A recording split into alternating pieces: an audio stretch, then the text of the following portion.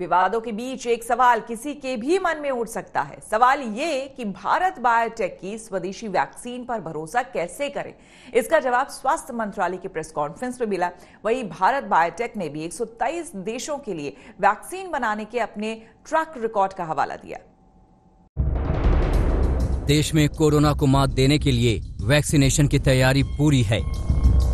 दो वैक्सीन को मंजूरी मिल चुकी है, मगर भारत बायोटेक की कोवैक्सीन को इमरजेंसी इस्तेमाल का लाइसेंस दिए जाने पर सवाल उठ रहे हैं।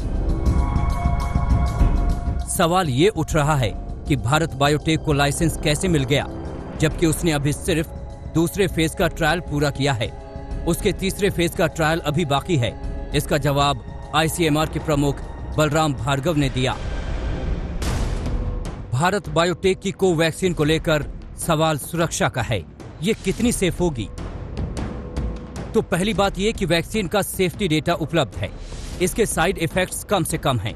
दूसरी बात यह कि पहले और दूसरे चरण के डेटा से यह साफ है कि वैक्सीन कारगर है। तीसरी बात यह कि वैक्सीन नए कोरोना पर भी ज्यादा कारगर साबित हो सकती है। चौथी बड़ी बात कि सुरक्षित मानने की वजह से ही इसे 12 साल से बड़े बच्चों को भी दिया जा सकता है। हालांकि वैक्सीन को क्लिनिकल ट्रायल मोड में ही इस्तेमाल किया जाएगा, यानी ये वैक्सीन सबको नहीं लगाई जाएगी और जिसे लगाई जाएगी उसे मॉनिटर किया जाएगा। भारत बायोटेक के मुताबिक इमरजेंसी इस्तेमाल की इजाजत पर हैरान होने की जरूरत नहीं है। महामारी के हालात में ऐसा होता है। People are not just, I don't know why Indian companies always targeted by everybody in the world. 2009 they started outbreak, and 2014 the license came in.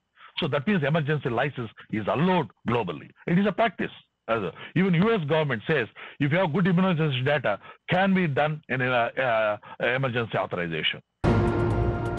Bharat biotech की तरफ से सफाई भी आई है और बड़े दावे भी किए गए हैं। उसके मुताबिक ट्रायल के डेटा में पारदर्शिता न होने की बात गलत है। वैक्सीन पर 70 से ज्यादा आर्टिकल इंटरनेशनल जर्नल्स में छप चुके हैं। दूसरी बात यह कि भारत बायोटेक ने सिर्फ भारत में ही अपनी वैक्सीन का ट्रायल नहीं किया है, ब्रिटेन सहित 12 देशों में उसकी वैक्सीन के ट्रायल हुए हैं। तीसरी बात यह कि भारत बायोटेक ने पहली बार वैक्सीन नहीं बनाई है। 123 देशों के लिए वो अलग अलग तरह की वैक्सीन बना चुकी है। चौथी बात यह कि कोवैक्सीन के बारे में 200% सुरक्षित होने का कंपनी ने दावा किया है। कोवैक्सीन के पहले और दूसरे चरण में 800 लोगों पर ट्रायल हुआ था। वहीं तीसरे चरण में 22,500 लोगों पर परीक्षण करने का दावा किया गया। ये ट्रायल अभी जारी है और इसके पूरा होने के बाद तस्वीर और साफ होगी। आज तक ब्यूरो।